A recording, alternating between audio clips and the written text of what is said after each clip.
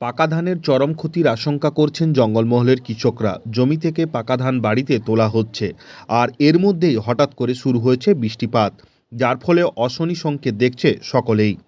বৃষ্টির কারণে নষ্ট হয়ে যেতে পারে পাকা ধান।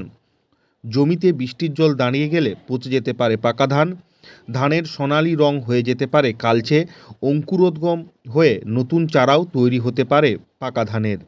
ফলে ক্ষতির পাশাপাশি যেটুকু ধান বাঁচবে, বাজারে তার সঠিক দামও পাওয়া যাবে না। এই চিন্তা এখন গ্রাস করেছে জঙ্গলমহলের চাষিদের।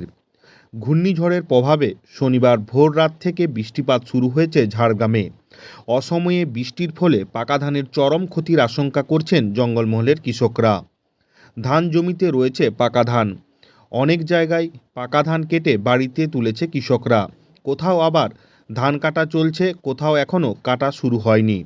যে সমস্ত চাষিদের ধান কাটা হয়েছে এবং তা জমিতে রয়েছে, তাদের সবচেয়ে বেশি ক্ষতি হতে পারে বলেই আশঙ্কা তাদের।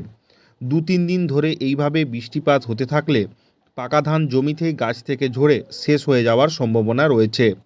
পাকা ধান রক্ষা করার জন্য জমিতেই ত্রিপল দিয়ে চাষিরা ধান ঢাকা দিয়ে রেখেছে।